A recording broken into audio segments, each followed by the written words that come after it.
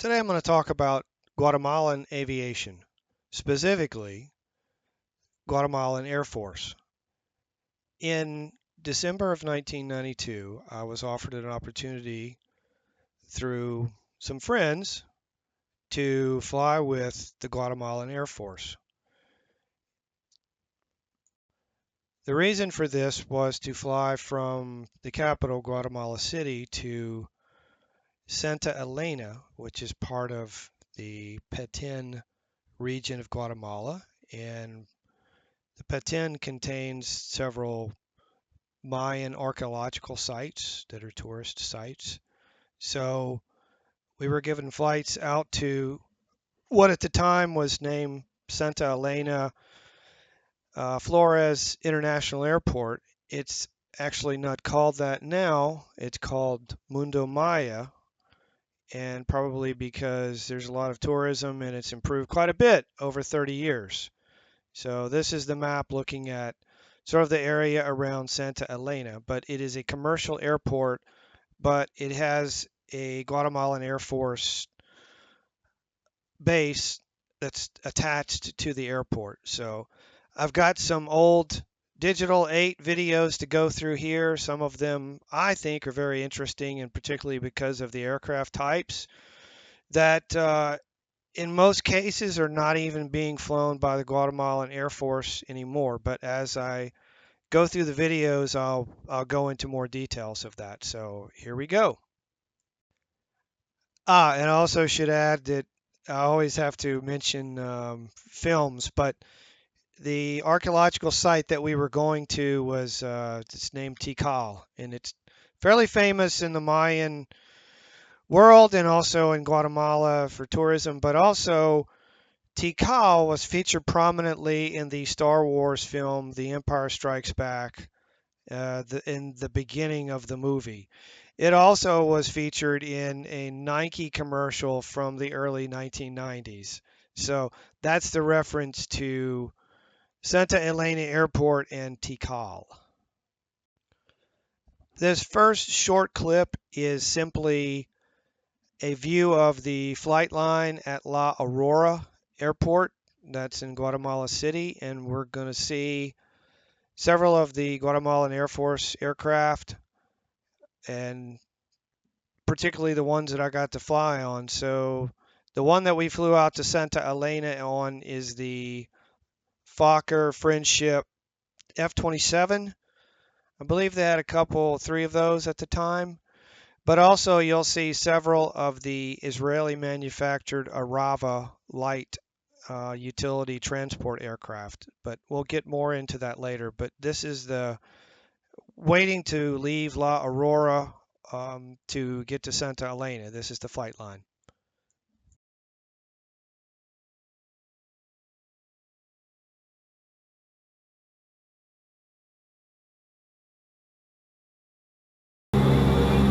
This next clip is a view out of the Fokker F-27 on takeoff from La Aurora.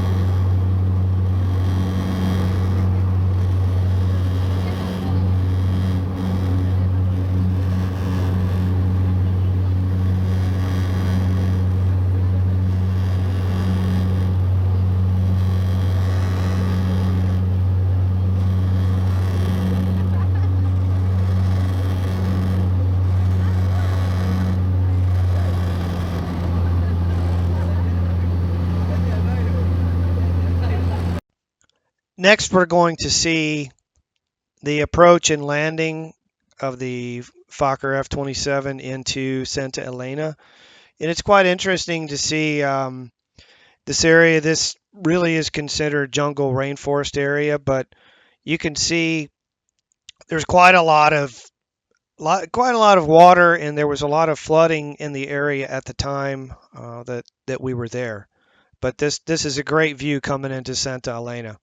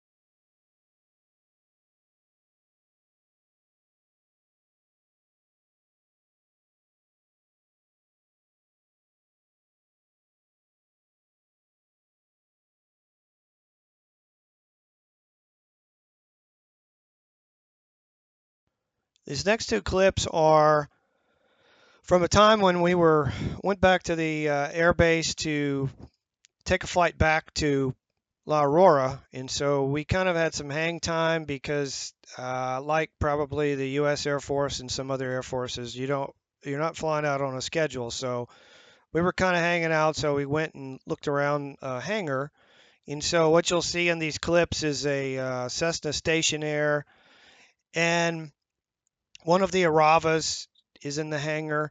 And also a very interesting sight was a Pilatus PC-7 trainer aircraft, which it's supposed to be a trainer, but in some cases it can be armed. And in this case, it looks like two of these examples were armed with perhaps bombs and rockets.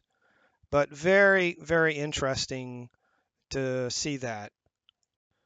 Also on the outside views of this, you can see a Huey UH-1 on the tarmac, and in the distance you can see a Basler, which is turbopropped, rebuilt DC-3. That was really, really cool to see that. And looking back on this Pilatus PC-7, it kind of looks like a souped-up P-51 to me. I'm just now realizing that.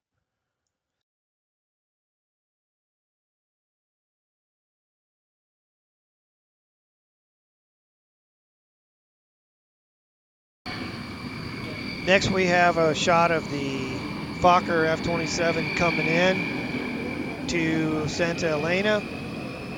we were waiting for that. We thought perhaps that was our flight, and ended up not being our flight. So we had to wait around for another flight. But there's your Fokker F-27 once again.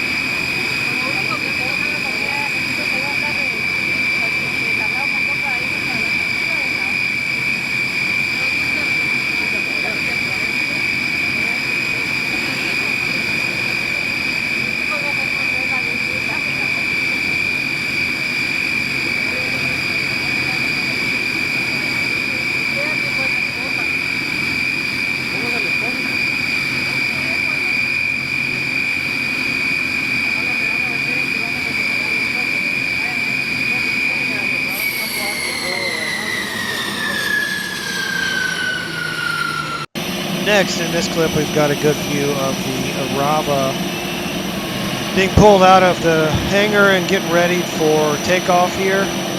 So the Aravas, and this plane we didn't get to fly on. We watched it take off. We ended up getting to fly on an Arava, but not this one. So it's a very interesting aircraft. This particular, I don't believe that at this point Guatemala has any of these Aravas or the F-27s in service anymore. I don't know about the PC-7s or the Basler either, but that's the interesting thing about these clips is that this is 30 years ago, and so these aircraft are long retired, but the Arava to me is a very interesting, has a very interesting history. The other thing, I think that I've seen it here used recently in the Netflix series, the Narcos Season 3. I believe I spotted an Arava that was supposed to be with the Colombian Air Force. I'm not 100% sure, and I'm not sure if Colombian Air Force still uses it, but probably there's a few of these things around somewhere. But they've been around since the early 70s, so I think that the model itself is probably 50 years old or so, but there's still a few of them flying. They're just not in Guatemala. Isn't there still a shock under that wheel? No. There is. Which one? Taking it out now. Oh, okay. Oh, yeah, I see it.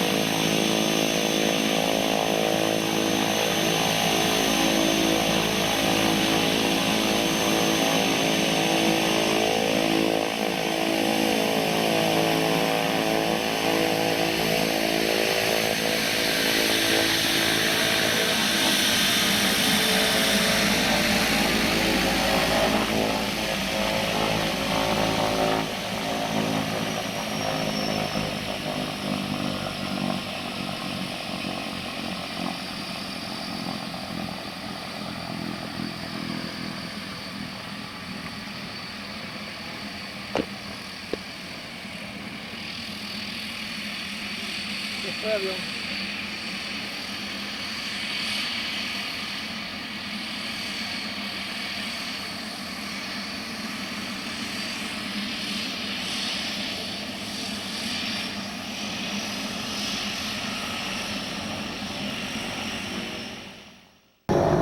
And finally, this is a view from inside the Arava, our ride back to La Aurora.